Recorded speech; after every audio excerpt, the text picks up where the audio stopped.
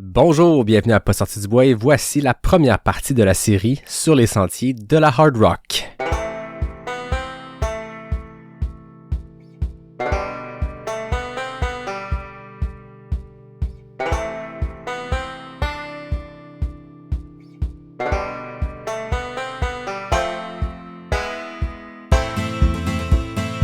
La hard rock son est probablement la course la plus difficile d'ultra qui existe dans le monde.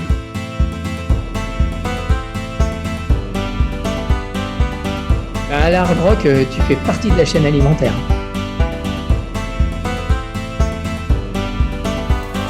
I'm so excited that Hard Rock gets to happen this year.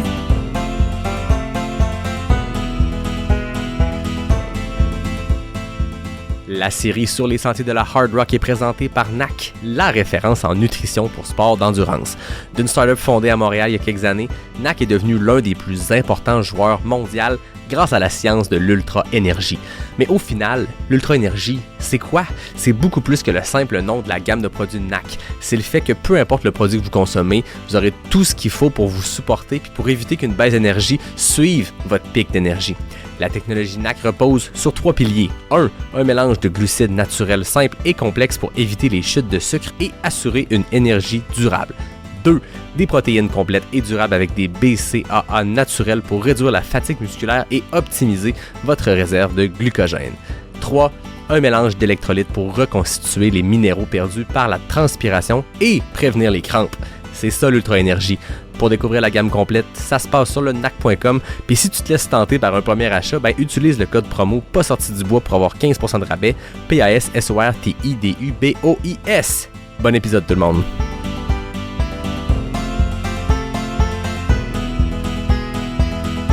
You're now a hard rocker. Yes, you're now a hard rocker. Yeah. Salut tout le monde, bienvenue à cette première partie de la série sur les sentiers de la hard rock. J'espère que vous allez bien, j'espère que vous passez un bel été.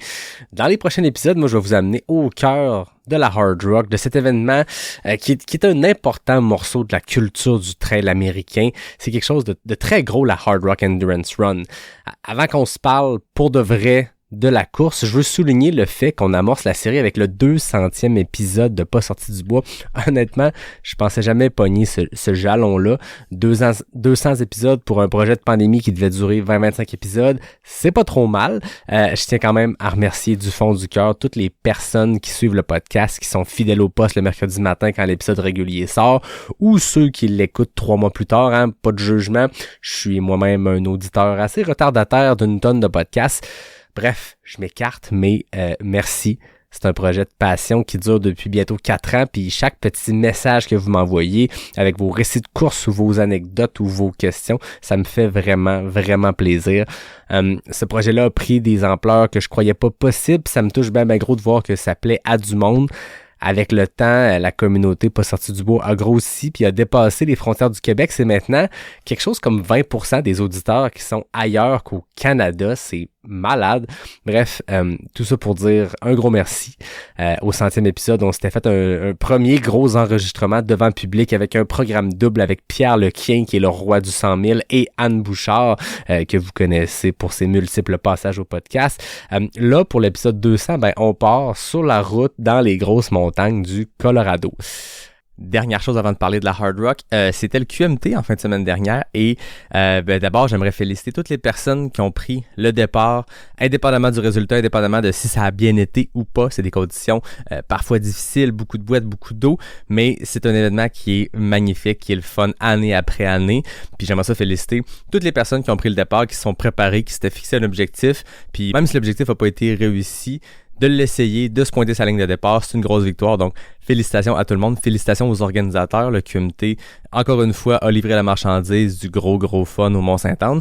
Puis, il y a 2 performances que je tiens à souligner. Je pourrais pas mentionner toutes les belles performances qu'on a vues en fin de semaine, mais ça a été, c'était le talk of the town pendant la course. Moi, chaque fois que j'arrivais dans les ravitaux, je demandais des infos sur ces 2 personnes-là. Jeff Cochon et Anne Champagne, les 2 ont remporté le 100 000. C'est 2 magnifiques histoires. On avait reçu Anne au podcast à l'automne dernier. Anne, il y a eu un long processus qui s'est déroulé dans les dernières années pour elle, puis de la voir terminer cette course-là, de la voir se rendre au bout, de la voir être fière d'elle, de la voir la remporter et de la voir faire ça dans un record du parcours, c'est exceptionnel, c'est beau. J'ai croisé Marie-Ève Pelland, je pense 3 ou 4 fois pendant la course, 2 ou 3 fois, j'exagère. Puis chaque fois, elle était le crew, elle était avec la pacer de Anne, on prenait des nouvelles. Puis j'étais pas le seul, je sais que beaucoup de monde la suivait. Puis je pense que on encourage tout le monde dans ce sport-là. Puis peu importe qui aurait remporté, qui aurait terminé la course, on aurait été fiers pour ces gens-là. Mais je pense que Anne a une place spéciale dans la communauté, dans le cœur des gens, puis de l'avoir l'emporté, c'était magnifique. Félicitations Anne si t'écoutes ça. L'autre, ben Jeff Cochon, il avait fini 2e au QMT 100 000 il y a 2 ans. L'année dernière, ça avait été une course difficile, avait été contraint à l'abandon. Et là, de le voir revenir, d'avoir une gestion de course exceptionnelle à la Jeff. Tôt dans la course, il était 15-20 minutes derrière les meneurs, mais je pense que les meneurs sont partis à un pace qui se pouvait quasiment pas. Jeff a remporté ça avec un record du parcours tout juste au-dessus de 19h, donc 19h et 1 minute. Il a battu le précédent record du parcours par plus de 45 minutes. C'est immense comme performance. Jeff a eu une gestion de course exceptionnelle. J'ai eu la chance de partager un gros kilomètre avec lui puisque je finissais mon 50. Il me restait 2 kilomètres juste avant l'arrivée. Jeff était à 158 km. Jeff était en feu. Je pense qu'il courait après le sub 19h. Il était avec sa pacer, Ellie Cochon, sa sœur, que je les avais reçus ensemble au podcast. Ça avait été vraiment une belle jasette. Puis Jeff poussait le pace, puis j'ai tenté de les suivre. Je me suis dit, je vais essayer de me rendre avec eux jusqu'au Mont-Saint-Anne, puis moi ralentir à l'arrivée du Mont-Saint-Anne pour justement le voir de loin arriver triomphant. J'ai tenu 1 kilomètre et c'est tout. Jeff était en feu, Jeff allait vite. Fait que voilà, 2 magnifiques performances, beaucoup de belles performances en fin de semaine, mais je tenais à souligner ces 2-là. Donc voilà pour le QMT. Avant de se rendre à Silverton, on commence la série dans le confort de mon sous-sol à Québec. Je vous le dis tout de suite, attachez-vous pas trop à un son studio dans un environnement contrôlé parce que dès la deuxième partie, je vous amène avec moi à l'aventure dans Brousse. L'objectif de la série, c'est assez simple, vous faire vivre la Hard Rock 100 de l'intérieur à travers mon œil de fan du sport, de geek qui va suivre la course, puis à travers mon œil aussi de coureur qui va découvrir un des événements les plus emblématiques au monde. La Hard Rock, c'est une course qui existe depuis 1992, qui a d'abord été une course de fin fond de Colorado où il y avait à peu près une centaine d'ultramarathoniens aguerris qui se rendaient là-bas pour faire le tour du parcours en moins de 48 heures. Je vais vous avouer que 3 décennies plus tard, c'est pas mal encore ça. Par contre, ce qui a changé, c'est que il y a encore une centaine d'ultramarathoniens, je vous rassure, mais c'est plusieurs milliers qui tentent d'être cette centaine d'ultramarathoniens-là. C'est devenu hyper populaire. Ça vient des 4 coins du monde pour tenter de gagner une place à la loterie. Ça le grossit. Puis la course, tu fais plus juste lire les résultats dans Ultra Running Magazine un mois plus tard. C'est un événement qui est suivi de partout avec une poignée des meilleurs athlètes au monde qui partent comme des fusées en avant du peloton pour tenter d'être les premiers à embrasser la grosse roche. Parce que oui, à la Hard Rock, il n'y a pas de fil d'arrivée, il y a une grosse roche. Puis ton chrono de course, il s'arrête quand tu lui donnes un bec. C'est pour cette raison-là, puis pour plein d'autres raisons que vous allez découvrir au fil des épisodes, que la Hard Rock a réussi quelque chose que peu de courses ont vraiment réussi. De 1, devenir l'une des plus prestigieuses, emblématiques, compétitives courses au monde, mais 2, en conservant pleinement son identité, sa culture, ses valeurs et son côté très, très roots. Allez, Francis et les autres qui prennent des gorgées quand je dis ce mot-là, c'est le temps, roots. Pour le premier épisode, je voulais commencer ça avec un historique de la course jasé d'Escaran spécial, puis je me suis dit, pourquoi ce serait moi qui ferais ça? J'ai bien beau être un geek de trail puis avoir lu des livres, des articles sur la Hard Rock, j'ai jamais mis les pieds au Colorado. Je me suis pas creusé la tête bien longtemps avant de penser à qui je devrais inviter pour être cette personne-là qui a déjà vécu la course puis qui va pouvoir vous la partager, vous dire tout ce qui est spécial à propos de la Hard Rock. C'est un gars qui roule sa bosse depuis très longtemps dans notre sport. C'est une icône du trail à l'international au tournant des années 2010. C'est un gars qui s'implique dans la communauté de plein de façons. C'est un gars qui a performé sur tous les continents puis qui a été le premier à embrasser la grosse roche à Silverton lors de l'édition 2013. Un grand champion de notre sport, mais surtout un grand homme, généreux de son temps, généreux de sa personne, avec qui j'ai eu beaucoup de fun à jaser. Mesdames et messieurs, voici Sébastien Chéniaud. Seb Chéniaud, bienvenue à Pas sorti du bois. Merci et bienvenue dans mon environnement. Ben oui, et puis là, tu me disais avant qu'on enregistre que de ta fenêtre, tu peux voir le toit d'une invitée que j'ai reçue au podcast il y a quelques années, il y a 2 ans, je crois, Madame Anne-Lise juste Rousset. au fond, là-bas. Anne-Lise Rousset, qui est une coureuse, qui est de calibre et Adrien international, Séguret, et ta son mari. voisine. Voilà. Et Adrien Séguret, son mari, en l'occurrence, qui est sélectionneur de l'équipe de France. Exact, qui est aussi, on l'a entendu son nom au podcast parce que c'est l'entraîneur de Anne Bouchard, qui a été l'entremetteuse entre toi et moi pour qu'on puisse avoir cette entrevue-là. Donc, on la remercie. C'est joliment dit, l'entremetteuse. Oui, tu m'as écrit, tu m'as dit, si t'es un ami d'Anne Bouchard, les amis d'Anne sont mes amis, donc voilà, on est amis puis on enregistre. Exactement. Pour les gens qui te connaîtraient pas, peux-tu nous parler de toi? Moi, j'ai eu la chance de te découvrir il y a très longtemps dans un petit documentaire. Je sais pas si ça avait été fait où en France, un documentaire sur Anton Krupicka où tu parlais de lui, tu parlais de Joe Grant, puis c'est comme ça que j'ai appris à te découvrir. Puis après ça, j'ai découvert beaucoup plus que quelqu'un qui parle d'Anton dans un documentaire. Mais pour les gens qui auraient pas vu ce documentaire-là ou qui te connaîtraient pas, parle-nous un peu de toi, de ton parcours sportif. Moi, je vais faire simple, même s'il est long, puisqu'il a commencé, je devais avoir une dizaine d'années. J'ai été coureur d'abord en athlétisme jusqu'à 22 ans. Coureur de 800, 1500 et de 3000 steeple. Pour ceux qui aiment les chiffres, j'avais une belle VO2 max et une belle VMA. J'avais 24 km/h de VMA et 85 de VO2 max. Donc, puis aujourd'hui, ça s'est maintenu, c'est ça que j'ai entendu, la légende. Ouais, c'est exactement ça. Avec l'âge, peu importe. Et puis, en gros, j'ai fini mes études, donc j'ai dû arrêter de courir pendant quelques temps. J'ai fait mon service militaire parce que c'était obligatoire en France. Et ensuite, j'ai recommencé par de l'escalade et je suis revenu à la course à pied un petit peu comme ça. Je me suis mis au trail en 99, donc ça fait un petit moment.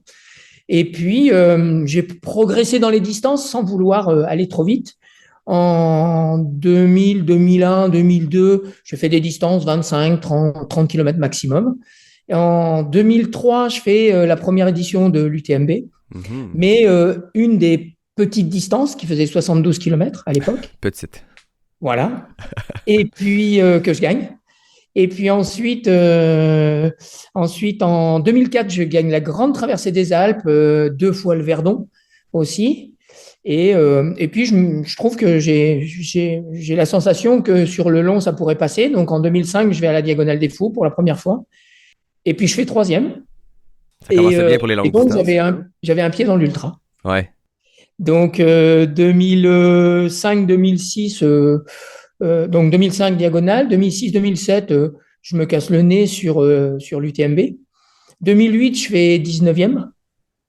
Et puis, 2009, 2e. 2010, l'UTMB est arrêté à cause du mauvais temps. 2011, je fais 3e avec Kylian, Iker et Miguel. En même temps, je fais 3e à Transgran Canaria, qui m'a permis par la suite de gagner 3 fois. Ouais. De faire une 3e place au Japon, de gagner la Hard Rock, de gagner une des distances au Japon aussi, de gagner en 2007, 2008, 2009 le Libyan Challenge dans le désert, c'est des courses de désert en autonomie complète, de gagner au Tchad, de gagner sur l'île de Jeju Island, qui est une île en Corée du Sud, qui est devenue une course de l'UTMB, en Thaïlande, au Chili, en Argentine, aux États-Unis. Enfin voilà, j'ai eu la chance et de gagner le 26 km de l'Arigana. Exactement, c'est là où je m'en allais, mais je voulais clore ce magnifique palmarès par cette première place sur l'UTHC 28, qui à l'époque était un record de parcours. Après, je vérifie si le record tient toujours, mais il me semble qu'à l'époque, ça l'avait été. Le 28, c'est drôle parce que Arikana a été longtemps sur l'Ultra Trail World Tour avec le 125, puis on parle des longues distances, mais le 28 a eu son lot de grosses compétitions. Il y a une année, c'était toi. Il y a une année où il y avait Rob Crowar, qui est un double gagnant de la Western State, qui avait terminé juste devant Mathieu Blanchard, qui était une semaine après son premier UTMB. Mais comment t'avais trouvé les sentiers d'Arikana? En fait, moi, c'était relativement simple. La bosse, c'est la première. C'est les 400 mètres de dénive sont au début. Et après, c'est vallonné, mais c'est que du petit sentier, que de la relance. C'est très roulant. C'est très technique, en fait. C'est rendu très technique, avec des secteurs beaucoup plus roulants, plus larges. Ouais. Et puis, les radadas finaux, juste sur la fin, là, toutes ces montées-descentes, c'est ce qui est assez amusant. Et pour la petite histoire, donc j'avais gagné la course le dimanche matin, me semble-t-il. Ouais. Et le jeudi, je gagnais le 90 km au Japon. Donc, 4 jours après, en surcompensation complète. Ah oui. Et voyager complètement en décalage horaire, complètement en vrac. Et je vais au départ et en fait, je gagne le 90 kg avec, je sais plus combien il y avait, 4005 ou quelque chose comme ça. Et je fais 8 heures. Je fais 8 heures sur 90 kg. J'étais assez surpris, mais je pense que la surcompensation canadienne Ah, c'est m'avait ça. m'avait bien profité. L'air de Charlevoix a des vertus, hein. Exactement. Ça devrait être Ouais, et puis étudié. après, ayant été invité par Seb Cotte, je lui avais dit, Seb, si je viens, faut que j'aille à Tadoussac parce que il faut absolument aller voir les baleines, quoi. Ben oui. Et puis, de manger les sandwichs de homard enfin bon, c'est obligatoire, quoi. Exactement, c'est un passage obligé, hein. Et puis une petite poutine de temps en temps, ça fait pas de mal. Pour la récupération, c'est peut-être ça qui a des vertus particulières, hein. Et c'est peut-être ça.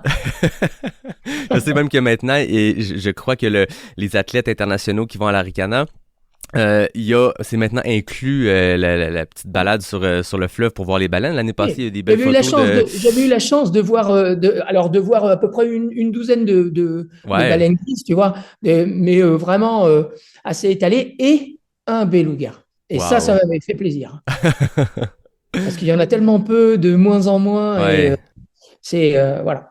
Donc j'avais été vraiment satisfait de cette belle balade. Une expérience sportive, culturelle et culinaire, je comprends. Accompagné par Monsieur Champagne. Monsieur Champagne, ah ouais, Et oui, distance plus. oui, très sympa, très Ah oui. chouette. Ça Ah, avait ben, été c'est vraiment vraiment une super connexion, super balade. Ça avait été chouette, vraiment. Là, il chouette. va falloir revenir au Québec, Seb. Il y a des belles courses, là. Il y a du long aussi maintenant, là. Il y a du très Ouais, long. mais avec plaisir. Avec plaisir. On est là pour parler de la Hard Rock parce que, je te le disais en introduction, c'est le début de la série Sur les sentiers de la Hard Rock, qui est une série de 8 épisodes où on va explorer en profondeur la Hard Rock. On va même s'y rendre, mais là, pour l'instant, on n'est pas encore à Silverton. On aimerait y être pour faire cette entrevue-là, mais toi, tu seras pas cette année. Moi, j'y suis pas encore. Mais je me disais, pour faire découvrir la Hard Rock, c'est pas moi qui va résumer ce que j'ai lu ou ce que j'ai pu entendre. J'ai besoin de quelqu'un qui l'a vécu.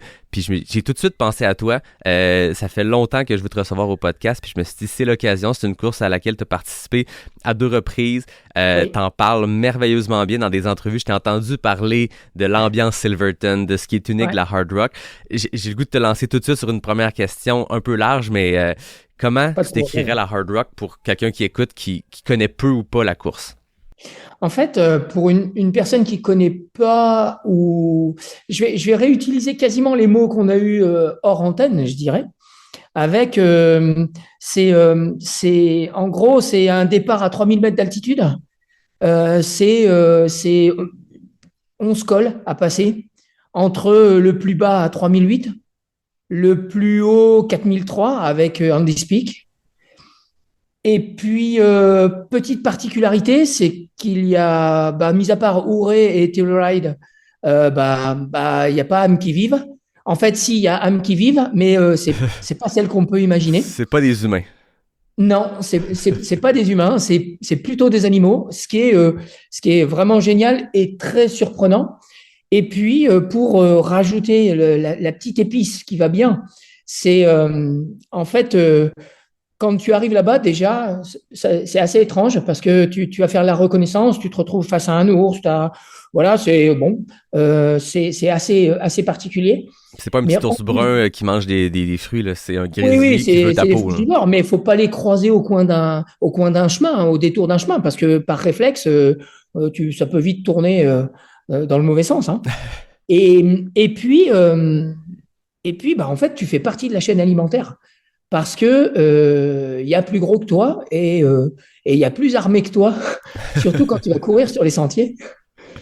Et j'ai eu la chance, en fait, du côté de Maggie Pass, de passer un petit peu de temps et de voir passer des troupeaux d'elques, des groupes, des hardes absolument, mais énormes, monstrueuses.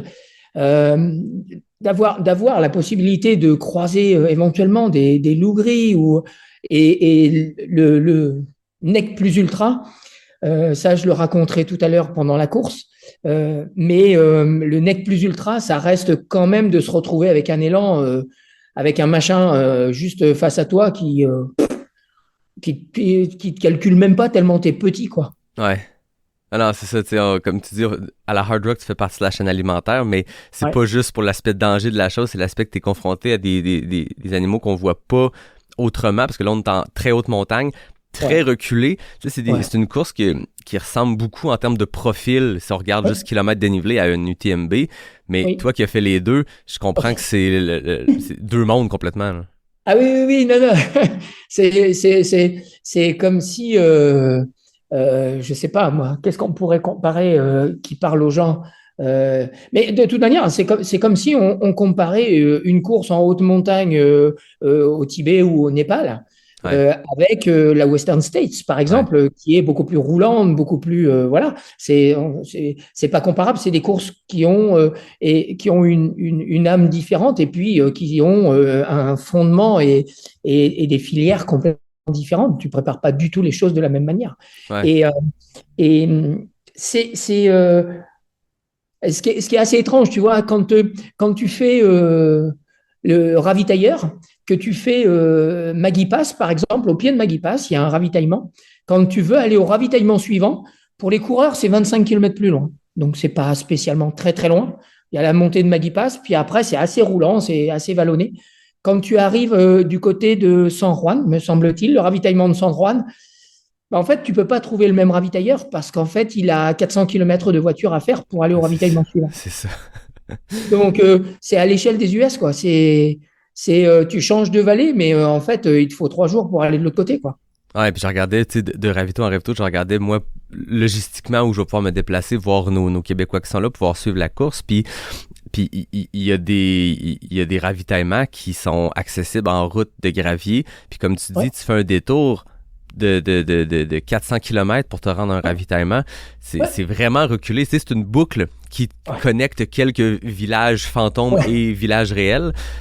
On est loin d'une boucle comme on peut vivre à l'UTMB où t'es toujours à 5 ou 6 C'est ça, t'es toujours à 5 ou 6 km de la civilisation. Là, t'es complètement perdu. Puis je pense que pour les coureurs, c'est quelque chose qui doit être extrêmement stimulant d'être seul face aux éléments, mais qui peut quand même être inquiétant, épeurant. Ça peut être perturbant parce que tu vois, autant tu fais la course, c'est une chose, tu es en course, il y a des secours, il y a tout un tas de choses. Autant tu le fais en reconnaissance, tu es tout seul. Ouais, c'est ça. Et quand on l'a fait avec Joe la deuxième année, 2014, on était allé faire 12 sommets tu sais, de Nolan. Ouais, Nolan 14. Voilà. Et on était allé faire 12 sommets. Déjà, on avait fait un sommet à 4007 là, du côté de je sais plus quelle ville, comment ça s'appelle. Mais en redescendant, en fait, on était quasiment au sommet. On est arrivé au sommet, on est redescendu et là, il y avait une belle crotte d'ours qui avait été posée, qui était toute fraîche, enfin toute chaude encore. Et là, tu te dis, oh merde, parce que là, ça te ramène les pieds sur terre et tu te dis, bon, je vais pas rester parce que non, je vais pas rester. Il est pas loin, là. Ouais. Mais d'ailleurs, j'ai une belle anecdote parce que en 2013, Joe était là. On a fait 80 km ensemble avant qu'il ait des petits coups de fatigue. Et sur les 80 premiers kilomètres, quand on a passé Andy-Speak, pas Andy-Speak, quand on a passé Maguise, justement, sur la grande traversée avant d'arriver au ravitaillement, on s'est retrouvé avec un bébé élan qui venait de naître en plein milieu du chemin. Et là, il m'a dit, oh là là, tu regardes en bas, moi je regarde en haut, si on voit la mer, faut qu'on se barre. Ouais, mais parce que là, on est très très mal. Ouais, et moi, j'ai gardé cette idée en tête de voilà, quoi, tu fais partie du truc, quoi. Ouais. Et c'est encore plus flagrant dans ce type de situation parce que c'est juste extraordinaire. Tu racontes ça à des gens en France ou en Europe, ils te disent, c'est romancé, entre guillemets. Mais non, non, du tout. Non, c'est que tu sais, les Alpes, je les ai pas parcouru au complet, mais tu sais, les Alpes, c'est des montagnes magnifiques, mais où il y a eu du développement humain autour. Donc, il y a des villages, il y a des stations balnéaires, il y a tout ça. Ouais. Les Rocheuses, il y a quelques petits endroits où, tu sais, au Canada aussi, tu sais, il y a quelques petits endroits où la civilisation s'est installée, mais de manière générale, tu regardes les Rocheuses entre l'Alberta, puis ça descend jusque, tu sais, je veux dire, ça traverse le Wyoming, le Colorado, c'est des grands étendues où il y a aucun être humain qui ose s'aventurer là. Fait que, et ce fameux couloir qu'ils ont réouvert justement pour la migration de certains animaux, dont les loups, entre autres. Parce que c'est vrai qu'il y avait des problématiques, entre autres, dans les endroits comme, tu vois, du côté de Yosemite et tout ça, avec les populations de cerfs et tout ça. Et ils ont réouvert ce couloir, mais c'est pas pour rien. C'est parce qu'il y a personne. Non, c'est ça. Il y a quelque chose de particulier aussi avec la hard rock, au-delà du terrain sur lequel ça se déroule, au-delà de la course elle-même, c'est la culture, les hard rockers. Première chose qui me vient en tête, la course, ce n'est pas une race. En anglais, on va souvent dire une race, une course, là. Ils appellent ça une run. C'est la Hard Rock Endurance Run. On parle jamais de gagnants. On parle des first finishers. Qu'est-ce qui explique tout ça? Comment tu vis, comment tu l'as vécu, cette culture-là? C'est déjà une épreuve très particulière en elle. Tout simplement, il y a 140 dossards. Il y a à peu près 5500 tickets dans l'urne. Donc voilà, c'est sélectif, hein, c'est clair. Moi, j'ai eu la chance d'être pas tiré au sort tout de suite. Quand en 2013, lorsque je fais la course pour la première fois, je suis tiré au sort sur la liste d'attente. Okay. Je suis à peu près 10 ou 12, je crois. Et puis début juin, je passe premier sur la liste d'attente. Et j'ai mon dossard le 12. Non. 12 juin. Non, non, j'ai mon dossard le 4 juillet, le jour de la fête nationale américaine, pour le départ le 12. Aïe, aïe. Mais alors, ça aussi, c'est pour l'histoire. Je reçois un coup de téléphone aux alentours du 15, à peu près 15 juin. Un coup de téléphone particulier parce que c'est Scott Jurek qui m'appelle. Ouais. Qui a gagné 7 fois à la Western. Une fois la Hard Rock. Une fois la Hard Rock, qui a le record. Ouais. Et puis, qui a aussi gagné 2 fois la Vallée de la Mort, hein, d'être salé, etc., etc. Et il me dit, Seb, faut que tu viennes. T'es premier sur la liste d'attente, ça va le faire. Je sens que ça va le faire. Et en fait, je voudrais être ton pacer. Est-ce que tu connaissais Scott? Scott, oui. Okay, on avait fait déjà bien. On avait fait déjà 4 ou 5 tours du Mont Blanc ensemble. Okay. Et puis, on avait fait les recos, etc. On avait fait connaissance à plusieurs reprises. Et puis, on avait vraiment passé des super moments ensemble. Et je lui dis, mais tu penses vraiment que ça va faire? Il me dit, oui, et ça va faire, faut que tu viennes. Et donc, je prends un billet d'avion sans certitude, sans dossard.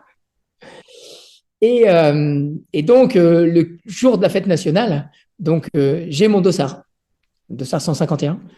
Et là, il me dit, quel secteur tu voudrais, entre-temps, j'avais été faire la reconnaissance, il me dit, quel secteur tu voudrais, sur lequel tu voudrais que je te suive? Je lui dis, je sais pas, moi, les 80 derniers kilomètres, par exemple. Il me dit, là, va vraiment falloir que je me prépare alors. Ah ouais, c'est ça, hein? Et en fait, on a fait une course commune qui était extraordinaire. Ouais. Extraordinaire. C'est un des plus beaux moments de ma carrière de coureur parce que quand on rentre dans Silverstone le matin, il me dit, à l'époque, je faisais des Get Ready For en trail, Get Ready For Trail pour aider les gens à s'entraîner. Okay. Et il me dit, là, en gros, en américain, il me dit, là, on a écrit Get Ready For Trail, je bats le record de la hard rock. Ah ouais. Et je regarde la montre et en fait, on battait le record d'une demi-heure, le sien. Ah ouais. Il m'avait aidé tout le long pour ça. C'est malade. C'est là que tu ressens le côté trail. Tu sais, Scott Jurek, c'est quelqu'un qui a eu énormément de succès. Puis on l'a vu juste l'année suivante, après avoir remporté 7 fois la Western State. Il y avait, je sais pas pour quelle raison, il voulait pas participer. Puis il avait PC quelqu'un qui a presque été le gagnant. Bon, il y a une longue histoire derrière ça, mais il avait PC la personne qui a traversé Auburn en premier. Ensuite, il décide de faire le pacer pour toi. Il veut te supporter pour battre son propre record. Tu vois la culture génial. Trail dans tout ça. Ouais, mais c'était extraordinaire. Puis, comment tu décrirais l'ambiance à Silverton, tu sais, dans les jours avant la course? Alors, ce qui est génial, c'est que ça concentre énormément de forts coureurs, de Ouais. très forts coureurs. Je me souviens, moi, il y avait Dakota qui était là, il y avait tout le monde, quoi. Il y avait quasiment tout le monde. Il manquait peut-être Kylian à l'époque, et c'était à peu près tout. Et encore la deuxième année, il y avait Kaburaki qui était venu du Japon. Et en fait, ce que j'adorais, c'était la semaine avant. La semaine avant la course, j'adorais parce que c'était quasiment organisation de barbecue tous les soirs chez l'un, chez l'autre, et tout le village vivait ensemble. Pour les gens qui connaissent pas Silverstone, il faut s'imaginer, il y a une rue bitumée. Le reste, c'est des pistes en terre. Il y a des diligences, il y a encore un train à vapeur. Enfin, voilà, on est dans le Far West. Ouais. C'est l'Ouest. C'est absolument extraordinaire. Ne serait-ce que pour l'ambiance, pour aller au Handelsbar. D'ailleurs, tu iras au Handelsbar pour moi parce que sincèrement, quand tu vas rentrer dans le Handelsbar, tu vas t'asseoir, tu vas plus savoir où donner de la tête parce que le décor est exceptionnel. Ouais. Tu manges, c'est extraordinaire, quoi. Et juste à côté du Handelsbar, tu as un petit café qui nous servait de point, je dirais, de point de connexion, parce que c'est le seul endroit où il y a du Wi-Fi. Et juste à côté, il y a le plus haut magasin au monde d'Harley Davidson. Le plus haut. Le plus haut au monde. Ben oui, eh oui, 3000 mètres d'altitude. C'est malade. C'est malade complet, c'est malade complet. Et puis, c'est tout petit, hein. Il y a peut-être 50 ou 60 maisons à tout casser. Ouais. Mais c'est une des plus grosses fêtes nationales du pays. Ah ouais? Ouais, Le 4 juillet? ouais, le 4 juillet. Donc, le 4 juillet, moi, j'y étais. Les hard rockers viennent et défilent, bien sûr. Mais c'est un truc de ma boule. C'est un truc de fou. Parce que les gens arrivent d'avance aussi à cause de l'acclimatation à l'altitude. Ouais, Donc, faut aller là-bas 3 semaines avant pour être bien. 3 semaines avant, t'es déjà un peu dans l'ambiance de la course. Ah ouais, complet. Et puis, première semaine, tu montes pas les escaliers en courant. Hein. T'es vite calmé. Hein. Sauf si tu habites à 3000 mètres d'altitude ou à Flagstaff. Ouais, c'est ça. Ouais, c'est peut-être ça. Hein. Mais...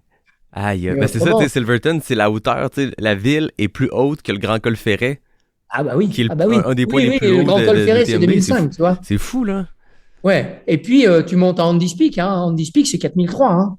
Donc, ouais, carrément, quoi. Et je me souviens même d'une anecdote où il y avait, je sais plus comment il s'appelle, notre ami canadien, un Canadien qui courait bien, qui courait très, très bien. Adam Campbell. Celui qui s'était fait frapper par la foudre. Voilà. Et bien, justement, à Andy Peak, au sommet, cet éclair qui avait tapé sur la lampe, qui avait cramé la batterie, mais fondu complet, et il remet une batterie et la lampe qui repart, quoi. Un truc de ma boule, ça. Ça n'a aucun sens. Ça n'a aucun sens. C'est des histoires qu'on n'entend pas ailleurs, tu sais, c'est unique, puis c'est un regroupement aussi, je pense que ce qui rend la course spéciale aussi, c'est tout petit, tu le disais, 140, 150 coureurs, mais ça regroupe que des experts du sport, puis là je parle pas d'élite puis de performance, je parle vraiment du fait que pour se rendre sur la ligne de départ de la Hard Rock, les Américains disent souvent c'est une postgraduate, là, c'est une course pour les doctorants en ultra, parce que, mais de un, faut que tu complètes des courses extrêmement difficiles et relevées, donc si tu as terminé, je sais pas, si ça t'a pris 8 ans, 10 ans à être pigé, ça veut dire que tu as terminé au minimum 4 ou 5 des ultras les plus difficiles au monde. Tu regardes la liste de courses qualificatives, il n'y a rien de facile là. Donc, c'est des gens qui arrivent là, qui sont tous et toutes des experts du trail, peu importe la vitesse. Donc, ça amène une expertise au sein de la course. Ça amène des gens qui, tu sais, je veux dire, quand tu le dis, 3 semaines d'avant, les gens sont déjà là en train de s'acclimater. Il y a de l'échange, il y a quelque chose de spécial. C'est comme une convention d'experts entre elles. Là. Tout le monde se connecte direct, quoi. Ouais. Et tiens, il arrive là à tel moment, machin. Et puis tu cuisines, tu sors sur le fronton de la maison, toc, il y en a un qui arrive, pof, tu bois une bière, tu discutes, tu manges un morceau, c'est hyper, vraiment la sensation que t'es coupé du monde, quoi. T'es coupé Ouais. du flux, en fait, de monde, de tout ce que tu peux. C'est pour ça que je te dis, en 2013, ça a été particulier parce que déjà, je gagne la deuxième fois que je gagne le Trans-Gran Canaria Ouais. en début d'année. Après, je vais au Japon, là, je prends une claque monumentale, hein. Je prends une claque culturelle, hein. Ouah. Les gens, la gentillesse, l'environnement, enfin, tu sais, le truc improbable, quoi. Tu te dis, ça existe que dans les livres. Et, et en fait, tu prends une claque même visuelle, hein. J'ai des images aussi bien dans mon téléphone que dans la tête, d'être monté au Fuji avec Kaburaki, de m'être connecté à des moments de quiétude et de tranquillité, de vibration incroyables. Et puis, je vais derrière à la hard rock, quoi. Ouais. C'est Et deux je gagne. expériences Je culturelles gagne. assez exceptionnelles. Et quelques 6 semaines après, je me retrouve sur la ligne de départ de l'UTMB pour 2013, ça devait se faire 8e, 9e fois, je crois. Et là, je me dis, mais qu'est-ce que tu fais là, quoi? Qu'est-ce que tu fais là? En fait, je me sentais pas du tout à ma place parce que j'avais vécu deux, trois choses vraiment, mais avec d'autres vibrations. Ouais. Et là, je me disais, mais qu'est-ce que tu fais ici? Et j'ai fait 50 kilomètres et j'ai dit, non, mais je rentre à la maison, ça sert à rien, quoi. Aucun intérêt. Je suis rentré à la maison. Je suis rentré à la Ah maison. ouais. En plus, j'avais pas complètement récupéré parce que c'est une course qui laisse des traces, hein. Ouais. Tu sais, j'ai beaucoup discuté avec François quand il a gagné la première ou la deuxième fois. J'ai énormément discuté avec lui parce que il a enchaîné avec l'UTMB. Et tu vois, il m'a dit, putain, au bout de 35 kilomètres à Notre-Dame-de-la-Gorge, il avait les jambes, mais des morceaux de bois, quoi. Ouais. Il n'avait pas récupéré ni rien. Alors cette année-là, il gagne quand même, hein. Il gagne quand même. J'ai fait beaucoup de kilomètres avec lui, j'ai fait tout le final, j'ai fait toute la descente. Et en fait, quand j'ai eu cette connexion avec lui, il m'a dit, ouais, non, enchaîner les deux, c'est jouable, hein, c'est faisable, hein. C'est la preuve, c'est qu'il l'a fait. Mais il me dit, mais putain, 6 semaines pour récupérer, c'est. Ouais. Et quand je vois ce qu'a pu faire l'année dernière Courtenay. Ah, tu rajoutes la Western State dans le mix, puis la diagonale l'automne précédent. Bon, là, la récup est longue, mais ça demeure que on avait vu personne enchaîner Hard Rock et UTMB avec grand succès jusqu'à ce que... Bon, Après, je pense que aussi bien intérieurement, vu le chrono qu'elle fait, elle a été en souffrance. Oui, ben, on l'a vu que ça a été très difficile, puis la deuxième a failli la rattraper. Si la course avait 10 km de plus à l'UTMB, je pense que Courtenay se faisait dépasser. Elle était vraiment dans le dur, parce que moi, je suis désolé, mais pour moi, c'est un beau challenge personnel, mais faut pas le rendre aussi anodin que ça. Ouais. C'est pas du tout anodin. C'est pour des extraterrestres comme Kylian, comme elle, tu vois. Ouais. Ça s'adresse pas à tout le monde. Non, c'est ça. Ah non, c'est un enchaînement, c'est 6 semaines pour récupérer d'un ultra. Ouais. Peu importe l'ultra, peu importe l'objectif, c'est énorme. Hein? L'année où je fais deuxième à la diagonale, l'année où je fais deuxième à l'UTMB, je pars à la diagonale, donc 6 semaines après, double fracture de fatigue du péroné. Mm-hmm. Voilà. Ça a résumé assez bien l'histoire. Ça résume bien le risque que ça peut poser d'enchaîner rapidement 2 courses de ce calibre-là. Là. Exactement. Tu as participé 2 fois à la Hard Rock. Première fois en 2013, pigé à la dernière minute. Une victoire, tu l'as dit, avec un record du parcours, 24h25 sur la boucle anti-horaire, c'est ça? Ouais. L'année suivante, en remportant la Hard Rock, tu es la seule et unique personne avec la gagnante féminine. La première finisher, pour reprendre les mots de la Hard Rock. Exactement. Vous êtes les 2 seuls qui avaient droit à un dossard sans passer par le tirage. Tu y retournes en 2014, puis là, je pense que tu vis une expérience un peu différente. Comment tu raconterais cette comparaison 2013-2014? En fait, j'avais une mononucléose. Ah ouais? Et j'ai voulu quand même prendre le départ parce que c'était... Voilà.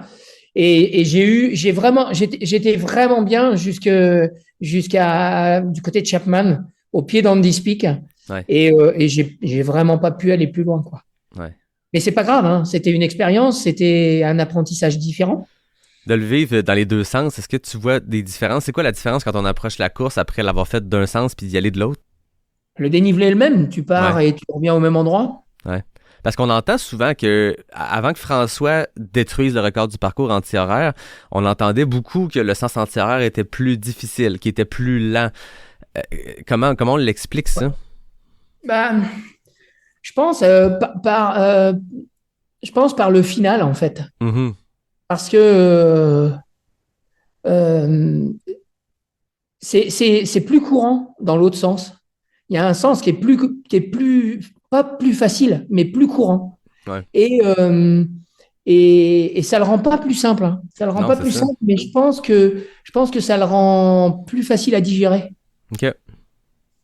Les grosses buttes, t'es descends, Ouais, et ouais, donc les montées qui sont un peu moins abruptes, ben dans le sens ouais, horaire, ouais, tu ouais. sont courables. Je Ouais, parce comprends. que quand tu montes à ma guise par l'autre côté, dans le sens inverse, donc dans le sens dans lequel nous on le faisait, c'est faux plat montant, mais ça court, quoi. Ça Ouais. court. Et puis après, il te reste un gros coup de cul avant de redescendre vers l'arrivée. Ouais.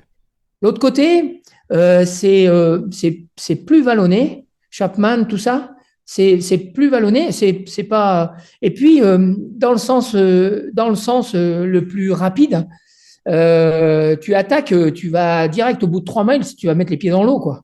Ouais. Et surtout le début, à partir de la rivière jusqu'à après, putain, c'était les pieds dans l'eau tout le temps, tout le temps, tout le temps. Et On ça voit les, conditionne vachement la suite, quoi. Ouais, on voit souvent les photos de début de course, c'est toujours les traversées de rivière, il y a des photos assez épiques où il y en a Juste juste là, aux aisselles, là. ouais. Et je me souviens, une année, il y avait Nerea Martinez qui avait un dossard. Team Salomon à l'époque, et toute petite, un tout petit bout de bonne femme. Et puis, quelques jours avant, pour le brief, quelques jours avant la Hard Rock, la rivière, putain, elle était haute, quoi. Et c'était pas une corde qu'il fallait mettre, c'était quasiment une passerelle, quoi. Et puis, elle pose la question à Dale. Elle dit, mais là, l'eau, elle est haute. Moi, elle en avait aux épaules, hein, tu vois. Elle dit, mais comment je fais? Il lui dit, bah, tu t'assieds sur le bord et tu attends que ça baisse. Aïe aïe, hein? Eh ouais, Puis c'est ce qu'elle a fait? non. Non? Elle s'est accrochée au premier qu'elle a trouvé. Exactement. Sur le dos de François Den, ça va bien, je pense. Ouais, là, tu touches même pas l'eau, là. Même pas les pieds. Ouais, c'est ça. T'es un athlète du sport qui a fait sa marque, il n'y a pas de doute là-dessus. T'es aussi un observateur du sport. Tu prends part à la communauté trail de plein de façons. T'es impliqué dans la couverture de l'UTMB. Tu suis le sport, on t'a vu. Il y a eu des documentaires sur toi et il y a eu des documentaires où t'es commentateur du sport. Toi, t'as participé, t'as vu à ce déploiement international-là de la Hard Rock. Tu sais, quand la première fois que tu l'as fait, il y avait Julien Chaurier qui l'avait remporté, puis sinon, c'était que des Américains. C'était une course Et puis, typiquement américaine. Depuis, juste- c'est devenu... Ouais, oui. juste pour la petite histoire, Kylian s'était présenté au tirage au sort 4 fois déjà. Oui, c'est ça. Et la 5e fois, il a été accepté dans le milieu des Ouais. hard rock. Ouais, c'est ça. Ben, est-ce que tu sens qu'il y avait ce côté-là un peu protectionniste Ouais. de pas nécessairement ouvrir les vannes puis accueillir plein Puis, d'internationaux? moi, ce que je trouvais beau, c'est que le parc avait été créé après la course. C'est-à-dire que le parc, quand il a été un des parcs nationaux américains, lorsqu'il a été créé, ils ont intégré la course. Mhm. C'est-à-dire qu'en gros, la course était là avant le parc. Ouais. Et donc, ils ont dit, bah, on pourra, sauf saison particulière, et il y a eu des hauteurs de neige. Ouais, ben, il y a des 2 éditions annulées pour la neige, là. Incroyable. Et 2019. puis des années à incendie. Ouais. Incroyable aussi. Donc, ces années-là, c'était vraiment difficile. Difficile, des années où ça a été annulé. Ouais. Et donc, je trouve que c'est aussi ça qui fait la hard rock. C'est ça qui fait l'histoire de la hard rock. C'est le fait que bah, tu fais partie de la chaîne alimentaire. Le milieu est immense, géant, incroyable. Et puis, la nature décide. Ouais. Si elle veut, laisser passer ou pas. Exact. Et ça, c'est encore un niveau supplémentaire. Ouais. Sens-tu qu'avec ce déploiement international-là, l'arrivée des Néo-Zélandaises, des Européens, des Espagnols, sens-tu que la Hard Rock a conservé son identité, sa culture? Oui, parce que le tirage au sort, faut pas se le cacher, a un peu évolué. Ouais. Dans le sens où, moi, quand je l'ai fait, comme quand on l'a fait avec Kylian, on n'avait pas de passe-droit. Non, Moi, j'avais Eurosport qui proposait un documentaire pour me suivre. Et Dale, rien à foutre. Ouais, c'est ça. Je m'en fous, quoi. Pas de passe-droit. Non. Et après, ça s'est un peu détendu. Ouais, mais maintenant, il y a 10 places qui sont distribuées. Voilà. Et puis, il y a eu 4 ou 5 dossards pour les élites qui étaient un petit peu, pour moi, logique. Parce que c'est ce qui faisait l'histoire aussi de la hard rock. Ouais, puis tu sais, ça n'enlève rien à la course d'avoir peut-être un peu plus de prétendants à la victoire, parce qu'il y avait des éditions, tu sais, dans les années 90, début 2000, où tu avais une ou deux personnes qui pouvaient vraiment pousser, qui étaient considérées, disons, comme des élites internationaux. Donc, tu sais, le niveau de compétition était bien, mais là, maintenant, on voit quand même un niveau de compétition qui est plus grand de par ces 10 places-là. Plus, il y a un tirage au sort, il y a plein de gens qui tentent leur chance, puis ils doivent être pigés aussi, mais il y a quand même un 10 places que Dale se permet de distribuer. Puis c'est pas nécessairement pour des athlètes élites, c'est pour des gens qui, lui, considère qu'il mérite une place. Donc, on a un peu de tout, mais ça fait qu'une édition comme cette année, on a quand même un beau plateau. Là. Ouais. Est-ce que je peux oser te demander le jeu des prédictions? Veux-tu t'y prêter? On peut. Cette année, on sait que du côté des hommes, on a François Den qui revient après une victoire et une deuxième place derrière Kylian. On a Zach Miller qui va avoir son baptême de la Hard Rock après avoir fini deuxième à l'UTMB l'an dernier. Ludovic Pomeray, puis besoin d'introduction. Homme d'expérience. Homme d'expérience, qui ce genre de parcours-là, ce genre de course-là, je pense que c'est bien pour lui. Ouais. Jason Schlarb, qui l'a déjà remporté avec Kylian. Toi, ta lecture quand tu regardes ça? Eh bien, moi, j'aimerais faire un pronostic. Ludo François Zach. Ludo premier? S'il arrive à bien se préparer, qu'il n'a pas de problème de tendon, etc. Il a l'expérience. Puis c'est le genre de course qui lui va bien. T'sais, on l'a vu remporter la Diagonale des Fous il y a 2 ans. On oublie l'âge. Là, il a fait une course de maître. Hein. Ah ouais. Non, mais une bonne acclimatation, les tendons qui vont bien, tout. Moi, je pense. Intéressant. Ouais. Côté féminin, on a Courtney qui revient après 2 victoires. On a Camille Bruyas qui... Alors, on aura une 3e. Ouais, pour toi, il n'y a pas de question là-dessus. Elle n'a pas Western State 3 semaines avant. En vivant à Flagstaff, ça pose, ça pose le débat. Elle n'a pas besoin de faire d'acclimatation et elle a une telle marge de manœuvre. Ouais. Mis à part blessure, bien sûr. Exact. On a quand même Camille Bruyas et Katrina Hartmut. Camille Bruyas, la française, Katrina, la suisse, qui vont pour les places seront pas loin. Oui, pour les places d'honneur. Fait que pour toi, il n'y a pas de question. Fait que Ludo et Courtney seront nos premiers finishers. Ouais, je pense cette année, ça serait bien. Ouais, j'aime ça. J'aime beaucoup ça. Seb, merci beaucoup. Ça a été un grand plaisir de discuter avec toi, de découvrir la Hard Rock avec toi. On est à quelques jours du départ, au moment où l'enregistrement va paraître. Tu nous as mis dans l'ambiance du Far West américain de Silverton, de ce qui est spécial à la Hard Rock. Merci beaucoup de ton temps. C'est avec plaisir. Et puis, je suis ouvert pour raconter d'autres histoires. Hein.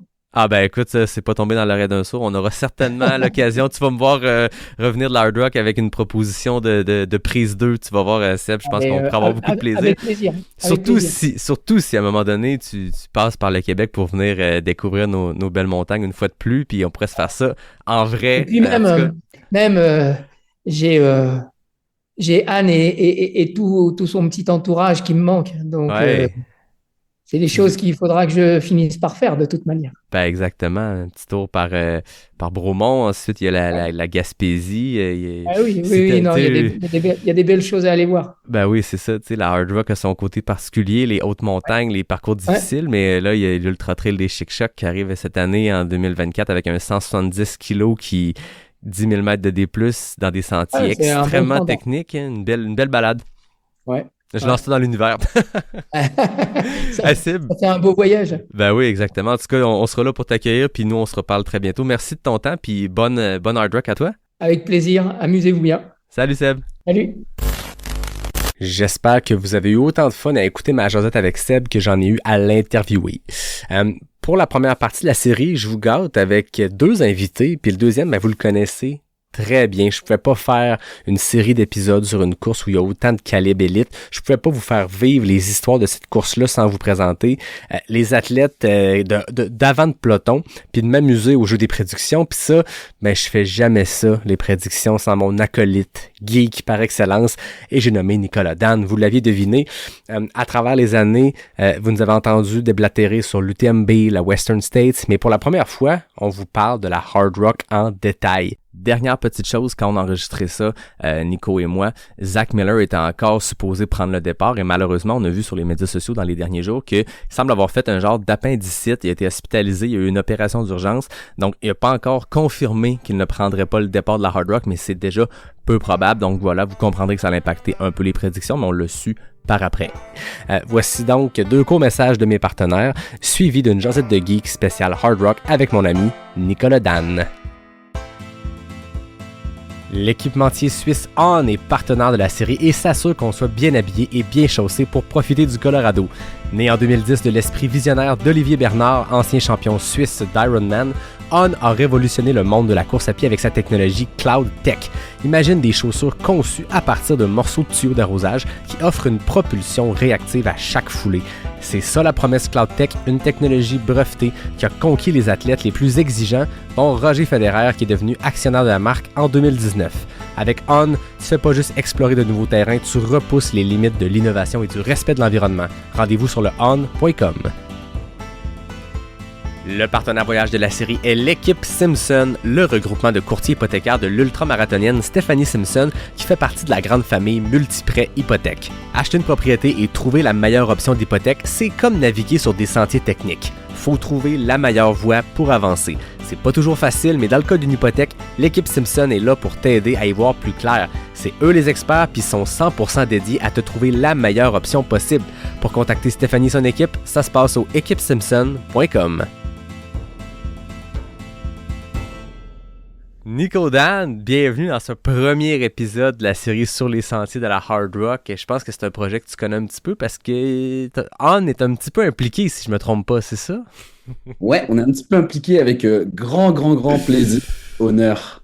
Écoute, après avoir été l'architecte du début du partenariat entre Pas sorti du bois et NAC il y a 4 ans, là, on sème une autre graine, on continue cette collaboration-là avec On, mais là, on n'est pas là pour parler de On, bien qu'on pourrait faire un épisode complet là-dessus. On est là pour parler, c'est une mini jasette de geek, hein, la semaine passée, il y a 2 semaines, les gens ont pu entendre notre jasette de geek pré-Western State. Là, je me disais, premier épisode de la série sur la Hard Rock, on peut pas ne pas faire une mini jasette de geek puis t'inviter pour en discuter parce que moi je vais faire vivre la course de l'intérieur avec les athlètes qui y participent de tous les niveaux, mais ça reste qu'il y a ce petit côté geek là. La Hard Rock, c'est une des courses les plus importantes dans le paysage mondial du trail. Toi, qu'est-ce que ça représente pour toi la Hard Rock? Mais moi, ça représente beaucoup, genre, dans le sens où ça reste que c'est une des plus grosses courses des États, on va se le dire. C'est très, très légendaire. Mais tu sais, moi, ça va toujours un peu, vu que j'ai fait le Tour, ça a toujours été une course un peu qui ressemble quand même dans le terme de l'altitude, les grosses montagnes.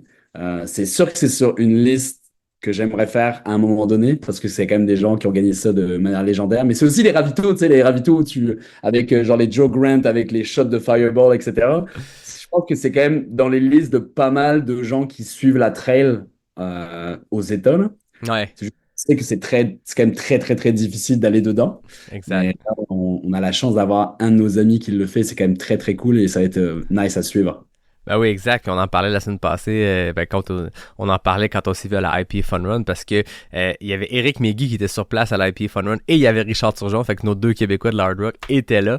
Je sais pas si le terrain de la Naudière les ont préparés pour ce qu'ils attendent dans les montagnes des Rocheuses du Colorado, mais ils étaient là puis on a jasé de la Hard Rock bien sûr. J'ai goût de te lancer. Commençons avec les femmes. On le sait, la Hard Rock, contrairement à la Western State, c'est pas le top 10 qui obtient sa place pour l'année suivante, c'est le top 1 homme et le top 1 femme. Il n'y a pas de gagnant à la Hard Rock. Il y a un premier finisher parce que c'est pas une race, c'est une run. Mais ça reste que on peut dire gagnant-gagnante, là, sinon on va passer l'épisode à essayer à se corriger. La gagnante de l'an dernier, et en fait des 2 dernières éditions, Courtney Dauwalter, sera de retour pour une 3e année consécutive sur la Hard Rock. Bon, elle est la détentrice du record du parcours dans les 2 sens.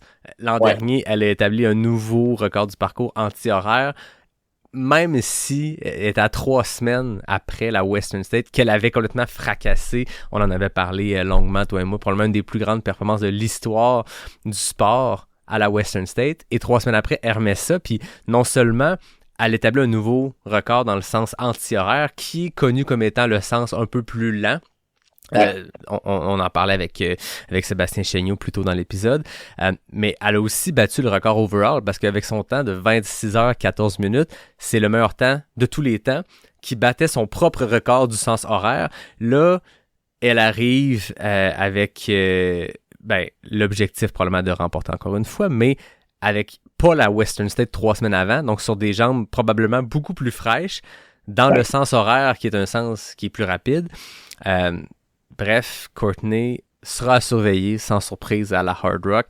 Cette année, elle a terminé première au Fuji 100, donc un 100 mètres au Japon. Elle avait fini 3e overall. C'est complètement débile ce que cette fille-là fait. C'est quoi ta lecture, toi, de Courtney à la Hard Rock cette année? Tu sais, ça va être super intéressant à voir parce que, comme tu l'as dit, là, tu sais, elle vient avec des jambes fraîches. Donc là, elle vient avec un gros training, ça va être quand même super intéressant à voir parce qu'elle va sûrement pouvoir se placer aussi genre overall. Puis tu sais, on peut être super étonné, tu sais, il y a quand même beaucoup de gars sur la Hard Rock, on va le voir après, hein, mais c'est sûr que tu sais, elle pourrait se positionner. Moi, je serais vraiment pas étonné de l'avoir top 10 overall, tu sais, pas facilement, mais c'est super envisageable. Hein. Ah ouais, mais j'ai pas de voir, mais pour moi, le record va sauter. Là. Exact. À moins que les conditions soient vraiment exécrables, mais même à ça, même quand c'est des conditions difficiles, elle pète les records. Donc, bref, Courtney, c'est la première qu'on présentait parce qu'elle est notre gagnante de l'an dernier. Le gagnant masculin, on y reviendra tantôt, Aurélien Dunampala, sera pas de retour cette année. Donc, on va avoir un field qui n'a pas le gagnant de l'an dernier. Ça va être intéressant. Côté femmes, je pense que c'est très important de parler de Camille Bruyère, qui est une Française qui roule sa bosse depuis vraiment longtemps. Récemment, elle a gagné le 94 km de la Maxi Race d'Annecy, le 106 km de la Peña Golosa Trail en Espagne. L'an dernier, 2e à la Diagonale des Fous derrière Katie Scheid. C'est une fille, écoute, elle a une victoire à Cape Town, au Templier, le 80 km en 2022. 2e à l'UTMB 2021. Je veux dire, c'est une coureuse française des Alpes. Elle s'entraîne dans les Alpes. Elle a très, très bien performé chaque fois qu'elle a fait des courses très montagneuses. Ça sera sa première à la Hard Rock, mais je veux dire, la première fois qu'elle s'est pointée à la Diagonale des Fous, elle a terminé 5e. Elle n'a pas besoin de se faire les dents 3-4 fois sur une course avant de bien faire. Donc, Camille Bruyère sera à surveiller et elle a une pacer de luxe en la personne de Marianne Hogan. Apparemment, une pacer de luxe. Mais ouais, ça va être super. T'es Camille, je pense qu'on la présente pas. Là. C'est une coureuse accomplie. Puis je pense que la préparation qu'elle a l'air d'avoir eue, je pense que c'est parfait pour ça. Là. Ouais. Ça va être à voir comment elle va partir. Est-ce qu'elle va partir vite? Puis comment ça va se passer avec Courtney? Là, parce qu'on va le voir après avec les autres filles. Mais pour moi, ça va quand même être une bataille pas mal dès le départ entre les deux. Moi, je miserais sur le fait que Camille prenne plus de lead au départ. Puis qu'après ça, un petit truc...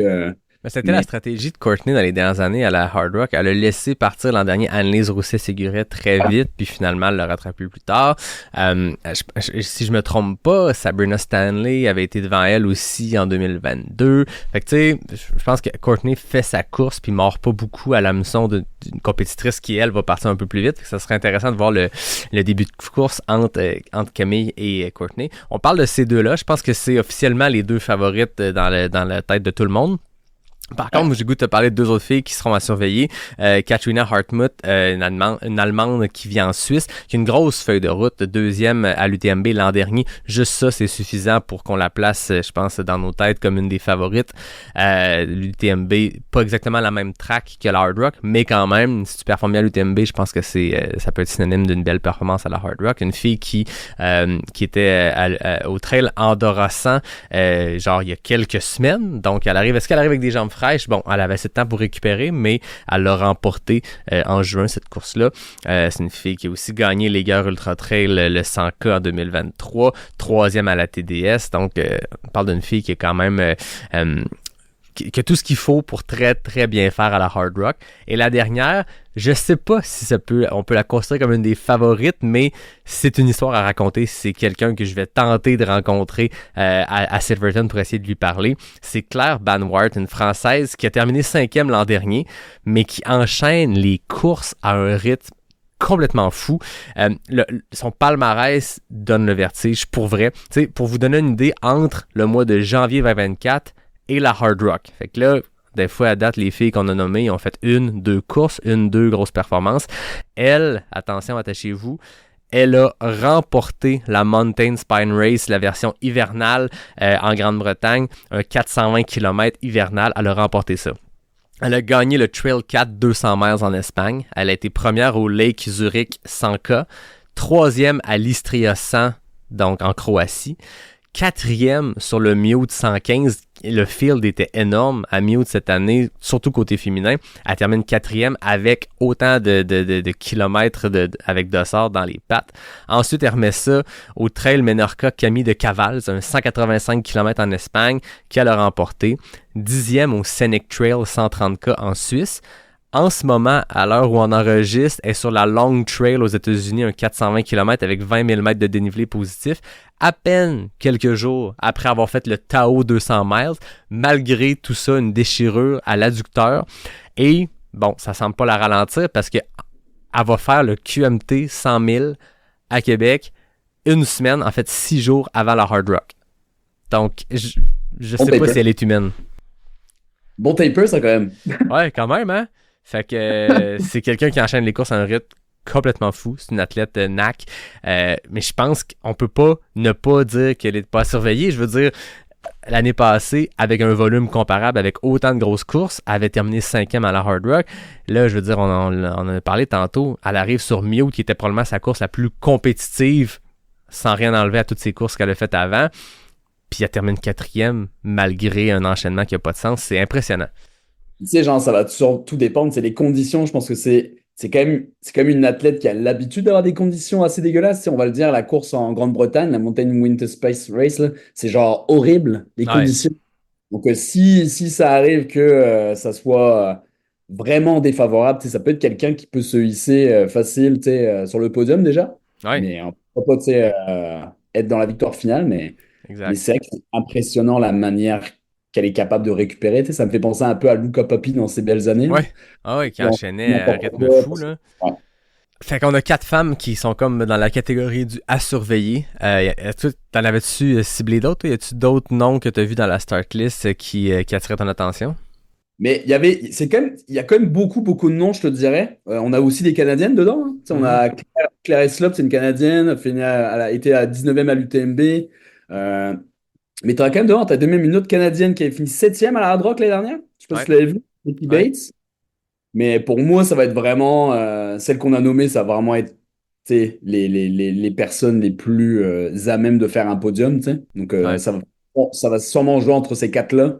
On va se le dire vraiment, on va faire notre top 3 après, mais je pense vraiment que notre top 3 va vraiment se ressembler. Probablement. C'est sûr que la Hard Rock, le field est beaucoup plus petit, 150 personnes au total. Là-dessus, il y en a la moitié qui sont des gens qui l'ont au moins déjà terminé une fois. Il y a quelques places distribuées par le directeur de course. On le sait depuis cette année, là, c'était comme un secret de polichinelle, mais là, c'est officiel. On le sait qu'il donne des places, mais c'est pas toujours non plus à des athlètes élites. C'est plus des gens qui, lui, décident, qui sont méritants d'une place. Donc, c'est sûr qu'on n'a pas un field qui peut être aussi profond qu'un UTMB ou une Western, mais on peut se lancer dans le jeu des prédictions. J'ai présenté les femmes favorites, tu vas t'occuper des hommes tantôt, donc je vais me lancer en premier dans mon top 3 dans mon podium, puis on verra après si ça se ressemble. J'y vais dans l'ordre qui ont été présentés parce que c'était l'ordre naturel, mais je pense que c'est la prédiction, c'est celle-là, en tout cas de mon côté. Courtney, première femme, Camille, deuxième. Camille a clairement le potentiel de remporter cette course-là parce que c'est une athlète d'exception qui performe bien dans ces conditions-là, mais là, on parle de Courtney dans son élément, dans ses montagnes, à vie au Colorado. La Hard Rock, à la maîtrise. Après avoir eu un DNF à son premier essai, elle a explosé les records du parcours les 2 dernières années. Elle arrive avec un build-up beaucoup plus modeste cette année, donc avec des jambes encore plus fraîches. Je vois pas comment ça peut pas être Courtney la première, mais Camille, je pense que c'est un nom à surveiller pour la Hard Rock. Si elle a le goût d'y revenir, c'est quelqu'un qui peut clairement être la première femme à embrasser la roche, mais pas cette année, selon ma prédiction. Donc Courtney 1, Camille 2, Katrina 3, Claire Barnwart. Je l'aurais placé sur le podium, mais là, la déchirure à l'adducteur et l'enchaînement, je veux dire, 6 jours après le QMT, avec la Long Trail, avec le Tao 200, c'est un enchaînement en 3 semaines qui est stratosphérique. Et je pense pas qu'elle peut compétitionner avec ces 3 filles-là qui sont très compétitives puis qui font pas 800 miles de course dans les 2 semaines avant la course. J'exagère. Là. Toi, de ton côté? Ben, je veux pas être original, mais c'est le même que toi. Je pense que c'est le choix naturel, mais on espère se faire surprendre. Tu sais, tu peux pas ne pas dire Courtney, tu sais, c'est impossible. Surtout avec l'aspect, je pense, l'aspect fraîcheur, ça joue vraiment beaucoup. L'aspect fraîcheur, tu sais, puis Camille a fait la Maxi Race il y a pas si longtemps, même si Courtney a fait sa course au Japon. Mais je pense que Courtney, c'était vraiment plus avant que la dernière course de Camille. Puis le fait que, tu sais, elle est au Colorado, je sais que là, en ce moment, Marianne, elle s'entraîne avec Camille aussi à Boulder, tu sais. Ouais. Mais moi, je pense naturellement, tu sais, Courtney, Camille, puis Katerina juste après. Mais tu sais, moi, j'ai pas vu que c'était le pacer de Courtney. Par contre, est-ce que ça va être son chum? Est-ce que c'est quelqu'un d'autre? Mais tu sais, Il le fait fait pas de d'avoir. pacer. Ouais, ou peut-être pas de pacer. Mais tu sais, genre, tu sais, on peut voir un truc magique entre Marianne et Camille, puis que parce que Marianne connaît bien Courtney aussi. Là. Ouais. Donc, Ouais, puis ça va tu être sais, l'année intéressant. passée, ça reste que Annelise a donné une bonne course à Courtney, Sabrina Stanley a donné une bonne course à Courtney aussi, tu sais, ça demeure une seule journée dans la montagne, puis Courtney enchaîne des journées parfaites, ou en tout cas en apparence parfaite, ou du moins sans grande faille, depuis des années. Ça fait longtemps que Courtney a eu une course qui, en apparence, est difficile, soit un abandon, ou soit justement pas une victoire. Je me rappelle pas la course qu'elle a pas gagnée récemment. Mais elle est humaine malgré ce qu'on peut penser. Ça peut être une journée plus difficile pour plein de raisons. C'est de la haute montagne, c'est des conditions changeantes. Camille, c'est une fille qui s'entraîne dans ces conditions difficiles-là, qui a un mental d'acier, qui a terminé la diagonale des fous à plusieurs reprises. Tu sais, mentalement, physiquement, elle a tout ce qu'il faut. Je pense que c'est potentiellement la coureuse la plus redoutable contre qui Courtney va s'être battue sur ce parcours-là. Avec tout le respect que j'ai pour Annelise Rousset, tout le respect que j'ai pour Sabrina Stanley, là, dans ce cas-ci, c'est la candidate, c'est probablement la candidate numéro 1 au monde en ce moment pour pouvoir challenger Courtney sur ce parcours-là. Là, je vois pas qui d'autre pourrait passer aussi proche de battre Courtney sur un parcours comme la Hard Rock. Là. Ça va être intéressant et très excitant à suivre. Effectivement. Fait qu'on a le même top 3, il y aura pas de compétition là entre toi et moi, on pourra pas être stressé de savoir lequel va battre l'autre. Pas là-dessus, en tout cas. Les gars, c'est là qu'on va voir. Il y a peut-être des trucs, on va voir. Ça peut être intéressant. On a quand même un field plus profond aussi, plus d'hommes qui pourraient challenger le podium. Veux-tu te lancer? Mais oui, on va présenter les gars. Donc, les gars, il y a quelqu'un que vous connaissez, je pense, pas mal. C'est un gars qui a gagné, je pense, l'UTMB quelques fois. Monsieur François Den. Tu sais, La légende. La légende François, tu sais, il a quand même gagné genre 4 fois l'UTMB, 4 fois la Diac. C'est quand même impressionnant, tu sais. Donc là, j'ai hâte de voir parce que c'est quand même un build-up pour le Tour des Géants aussi. Là. Il y a le Tour des Géants derrière. Là, il vient juste de finir 5e à Andorre. Ouais. Est-ce que genre, ce truc-là, il l'a poussé ou pas? Quand on a vu les commentaires, apparemment, il y a eu quelques petits soucis quand même aussi. Donc, c'est sûr que c'est un des favoris ultimes pour ça. Après, voilà, il y a mon petit chouchou Zach Miller après. Zach, c'est vraiment la plus belle moustache des États-Unis. Mais Zach a un build-up absolument incroyable. Tu sais, sur ce travail, il met tout. Donc ça, c'est super intéressant à regarder. Si le monde veut regarder, avoir le vertige pour des gars qui font des sorties de 1000-1500 par jour, c'est Zach. Genre, il a déjà fait 200 000 de D+. Ah, c'est hallucinant. C'est un gars qui roule sa bosse depuis longtemps. Ça lui a pris du temps maîtriser l'UTMB, dompter la bête qui est l'UTMB. Il avait gagné la CCC à son premier essai en 2015. Et après ça, 2016, il a mené l'UTMB. Il a droppé plus tard. Après ça, 2017, 2018, on l'a vu en avant. Finalement, il recule, soit des finishes dans le top 10, qui est pas mauvais, mais il menait la course. Il y a eu beaucoup de DNF. Et l'an passé, on l'a vu enfin réussir à dompter la bête. Meilleure performance américaine de l'histoire de l'UTMB pour un homme, après Jim Wamsley la même année. Mais j'ai l'impression que là, c'est un terrain qu'il connaît un peu plus. Il avait vécu au Colorado très longtemps. Il a vécu en haute altitude dans le coin de Pikes Peak très longtemps. C'est pas le même coin, mais c'est pas loin pareil. C'est des montagnes similaires. C'est un environnement plus familier pour lui. Je pense pas, dans tous les cas, que Zach, ça va y prendre 6 essais avant de dompter la bête qui est la Hard Rock, contrairement à l'UTMB. Est-ce que ce sera cette année à suivre? Puis tu sais, là, ça s'agit, il est plus aussi fou que je pense que les années les années précédentes. Donc je pense que c'est bon, mais le fait d'avoir fini deuxième à l'UTMB, ça lui a sûrement donné confiance, tu sais, parce que l'année d'avant, il avait connu une année sans avec une belle grosse blessure qu'il avait tenu vraiment éloignée. Puis tu sais, après il était revenu à Andorre où il avait tué tout le monde, puis tout le monde était là, back is back. Puis après ça, c'était deuxième à l'UTMB, tu sais. Donc je pense que là, il s'est peut-être libéré un petit peu de cette pression-là qu'il devait se mettre. Puis après ça, on présente plus non plus. Là. Ludo Pomeray, le métronome qui va être là. Donc ça va être... Pour vrai, moi, j'ai hâte de le voir là-dessus aussi. Là. C'est une des idoles françaises avec François. Là. La longévité de ce gars-là, c'est... Moi, personnellement, à son âge, si je suis encore à un bon niveau, je serais très, très, très heureux. Donc, c'est un gars qui est dans la catégorie des Jeff Browning, des Karl Melzer qui performent longtemps en âge. Tu sais, Ludovic Pomeray, 48 ans. Mais la différence avec Jeff Browning, la différence avec Karl Melzer, c'est qu'il est sur les plus gros plateaux du monde. Encore là, avec tout le respect pour Melzer qui a gagné des grosses courses dans sa quarantaine, maintenant, quand il gagne un 100 miles, c'est un 100 miles où c'est toi puis moi sa plus grosse compétition. Jeff Browning sur 100 miles, c'est pas, tu sais, je veux dire, il a gagné la Hard Rock en 2018 après une disqualification. Puis sinon, sur les gros 100 000 compétitifs, il est moins là qu'il était, disons.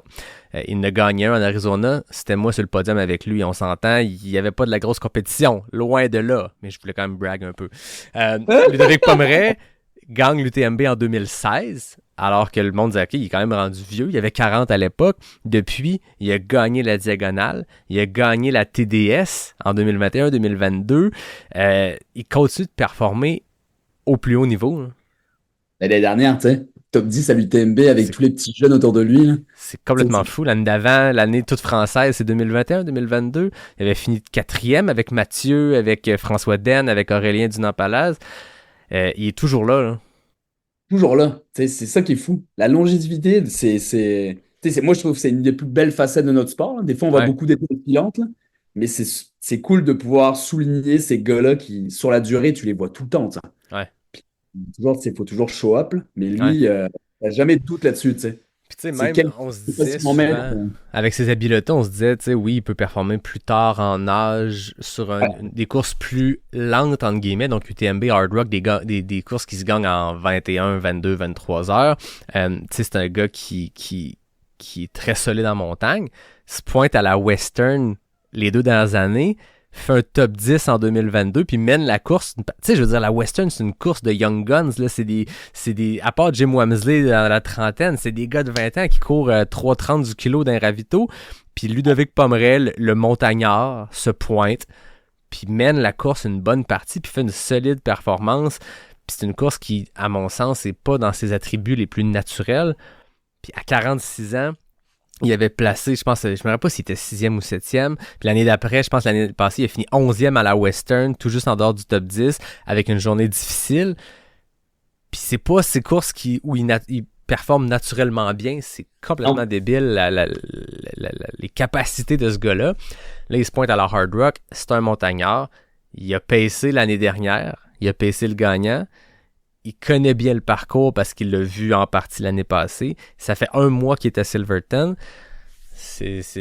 Faut pas regarder l'âge pour faire nos prédictions de podium parce que le monsieur de 48 ans est très, très, très solide. Non, je pense que, en fait, tu peux toujours le placer, quoi. Mm-hmm. Puis toi et moi, on a fait plusieurs des épisodes avec des prédictions, là, puis tu sais, il est toujours dans le mix. Il est toujours de se dire, ah, Ludo, on le met où? En fait, c'est toujours là. Il faut toujours que tu le mettes sur ta liste. Tu peux pas le mettre à l'écart. Ouais. Tu peux pas le mettre à l'écart parce que c'est genre c'est un couteau suisse. Il s'adapte à plein d'environnements. Il s'entraîne super intelligemment. Il est super spécifique à chaque fois sur ce qu'il fait. Puis, Ouais. Puis il court intelligemment. Mais là, c'est ça qui est cool. Il sera pas en tête après un ravito à la Hard Rock. Là. Puis si c'est le cas, je me serais planté. Ou ça va être parti quand même slow comme course parce que des Zach Miller, on s'attend à ce que ça pousse assez fort en partant et d'autres. Mais lui va faire sa course, va passer à Uray après 40 miles. Puis après, il va faire la remontada. Là. Ouais. Pour moi, je pense que ça partira vite. Ouais. Puis on sait tous les deux qui c'est qui va partir vite. Mais derrière, je pense pas que ça va suivre tout de suite. Mais ça va être intéressant de voir à peu près. T'sais. Puis après, on a des autres gars, c'est Jason Schwab, lui est toujours là aussi. C'est des gars genre que tu vois toujours sur les start lists. Ouais. Ils ont énormément de finish à leur actif. Lui, ça, il a gagné avec Kylian en 2016. Main dans la main. Sur l'UTMB, tu le vois toujours, il est toujours là. Puis c'est des gars qui ont gagné plein de 100 000. Donc, je pense qu'à la Hard Rock, plus qu'ailleurs, l'immense expérience de ces gars-là, Ludo Pommeret, Jason Schlarb, les autres noms qu'on va nommer plus tard, c'est pas des gars qui sont en ce moment l'élite mondiale, c'est pas le top 3 mondial que tu dis c'est eux qu'on va voir encore pour plusieurs années à être les premiers sur les plus grosses courses, mais Hard Rock est différent. Hard Rock, c'est une course de montagnards, c'est une course d'expérience. Des Jason Schlarb qui termine des gros ultras depuis 10 ans, depuis 15 ans, qui a plein de victoires sur 100 000 à plein d'endroits. Il sait comment sortir du trou. Il sait comment gérer une tempête de neige au sommet d'un col avant d'arriver à Uray en pleine canicule. Peu importe ce qui attend côté température. Des plus jeunes coureurs, on va les voir exploser à Western quand il y a des conditions qui changent un peu de ce à quoi c'était prévu. Ouais. Là, la Hard Rock, on a des gars, des filles d'expérience qui se laisseront pas impressionner par peu importe ce qui va se passer, peu importe ce que Dame Nature va leur pitcher. Puis Jason Schlarb, c'est le genre de gars que si ça explose en avant du pack parce que ça part trop vite, pourrait faire sa petite course puis finir main dans la main avec un Ludo Pommeret puis je veux dire montrer que les vieux loups sont capables de dompter les jeunes fusées. Là. Ouais, c'est ça. Puis en parlant de vieux loups, on sait très bien de qui on va parler après. Monsieur Speed Goat. Là. Ouais, il y a Karl Metzer qui est là, il a gagné 5 fois. Ouais. 47 victoires sur 100 000. Tu le présentes même plus. Là.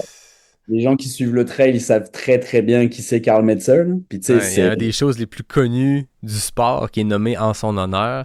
Je veux dire, 47 victoires sur 100 000. Je veux dire, qui dans la vie a 47, 100 000 à son actif? Lui, il est rendu à 80 quelques. Ça veut quand même dire qu'il gagne un 100 000 sur 2 qu'il fait depuis 20 ans. Hein.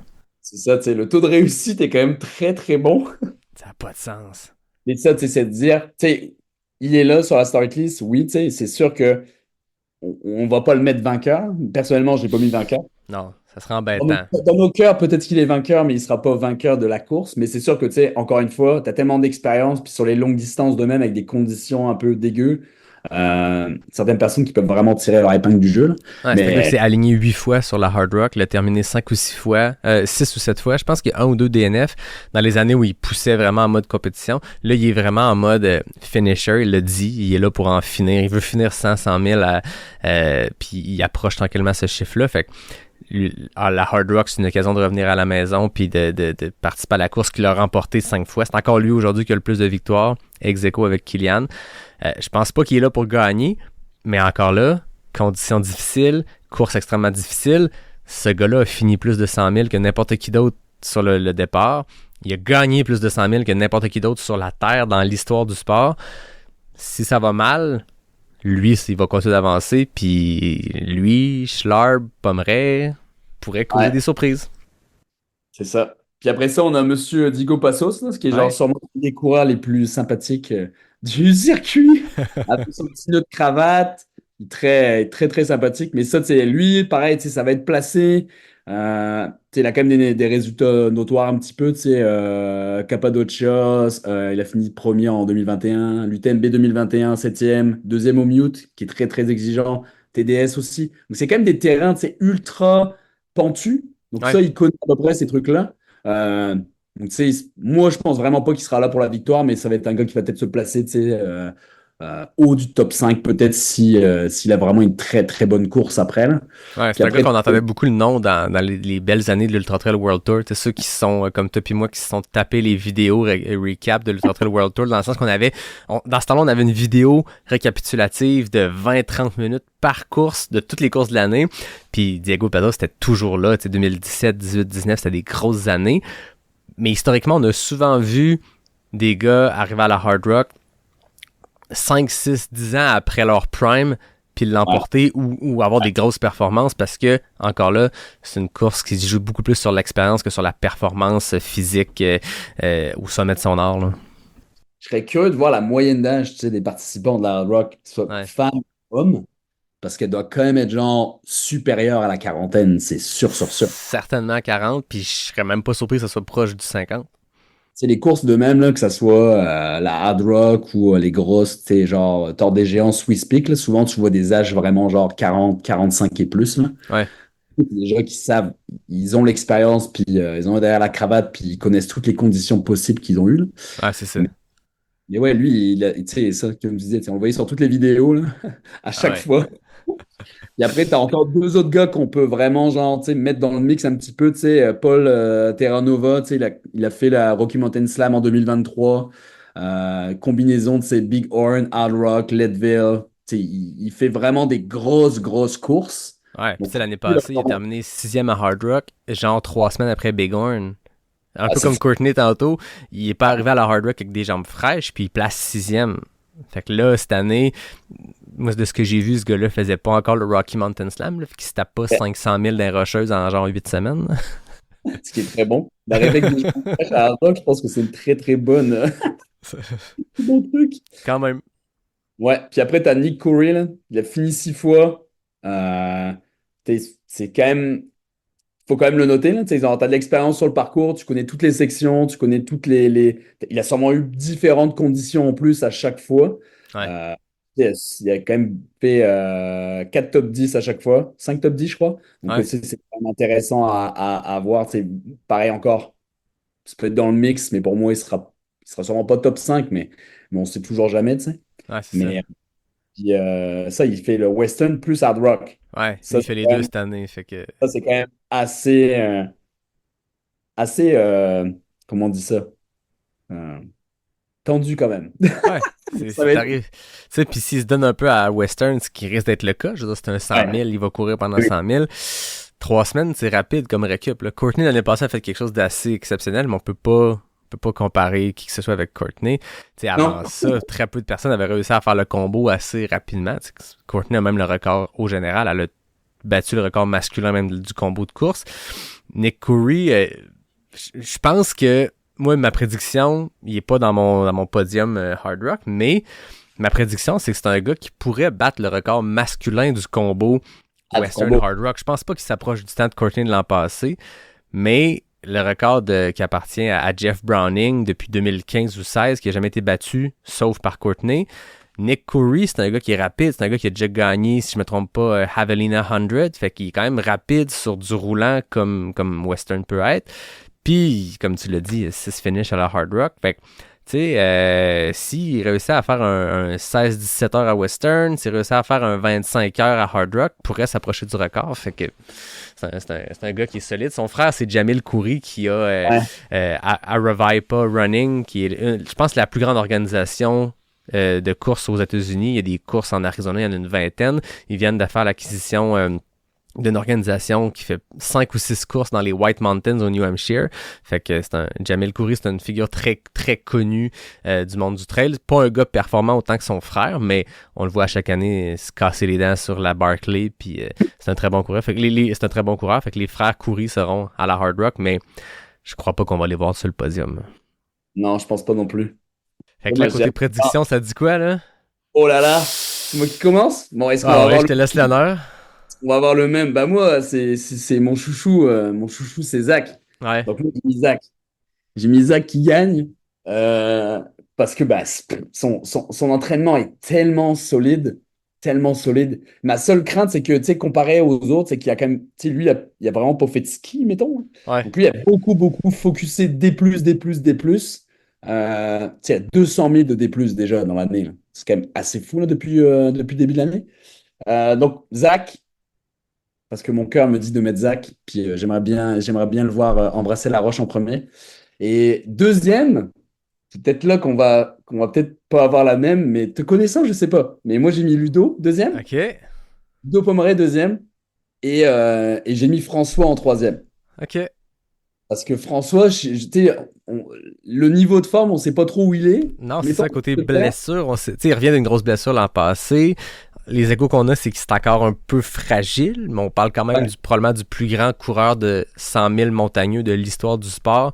Faut pas penser un petit résiduel de blessure pourrait le ralentir, mais quand même, on sait pas c'est exactement ce que c'est.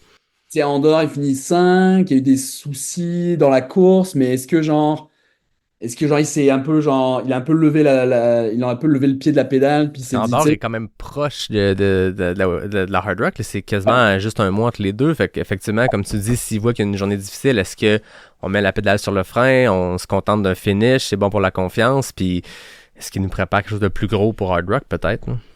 ouais, donc c'est ça, mon top 3, ça va être ça.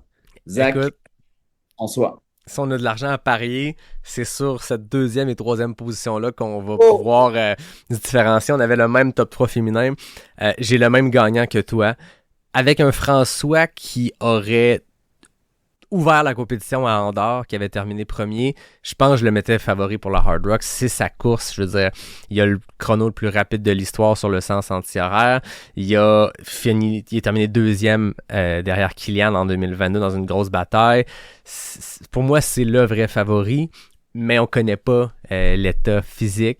Même s'il utilise la Hard Rock comme préparation pour son Tour des Géants, c'est une préparation qui va faire à fond la caisse puis qui va tout donner.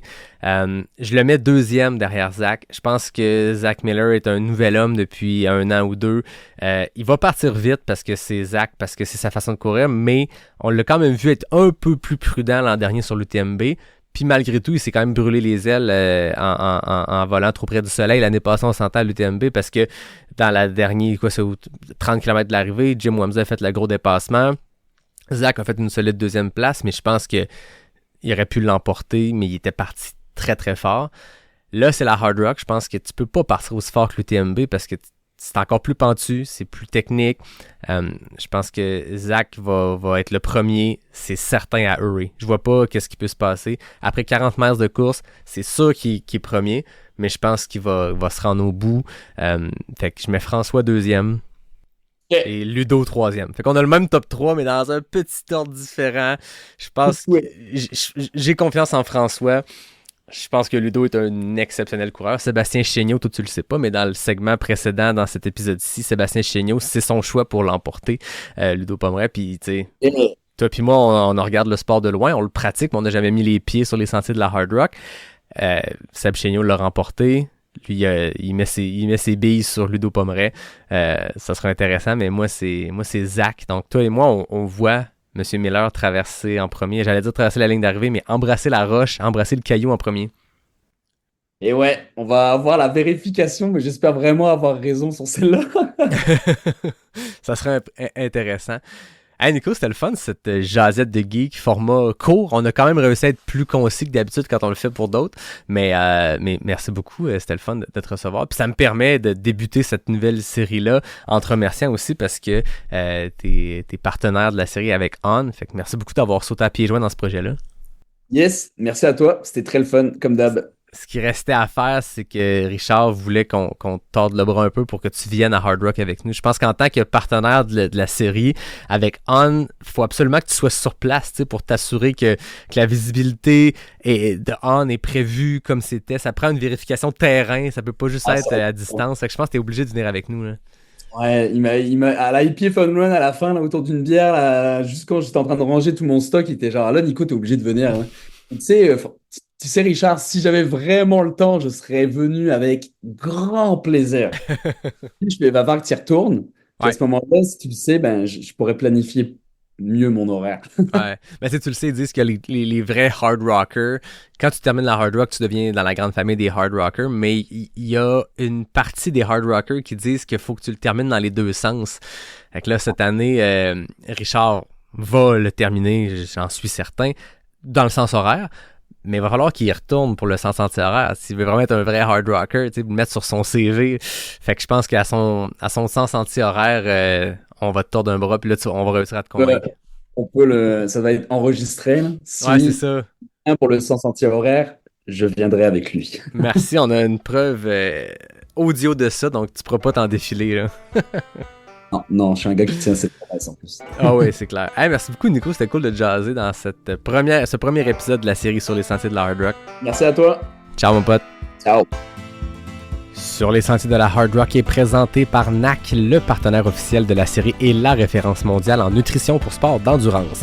Le partenaire équipementier de la série est le fabricant suisse On, alors que le partenaire voyage est l'équipe Simpson, un cabinet multiprêt hypothèque. Le partenaire brassicole est Noctem Artisan Brasseur. Je tiens aussi à remercier David Hébert pour le design graphique du podcast. Merci aux fidèles auditeurs qui sont présents semaine après semaine depuis bientôt 4 ans. Merci aussi à ma blonde Jenny, ma mère Nathalie et mon gars Elliot qui sont avec moi au Colorado pour cette série d'épisodes. Mon nom est Yannick Vézina et je vous dis à très bientôt pour un prochain épisode de Pas sorti du bois, le podcast 100% trail.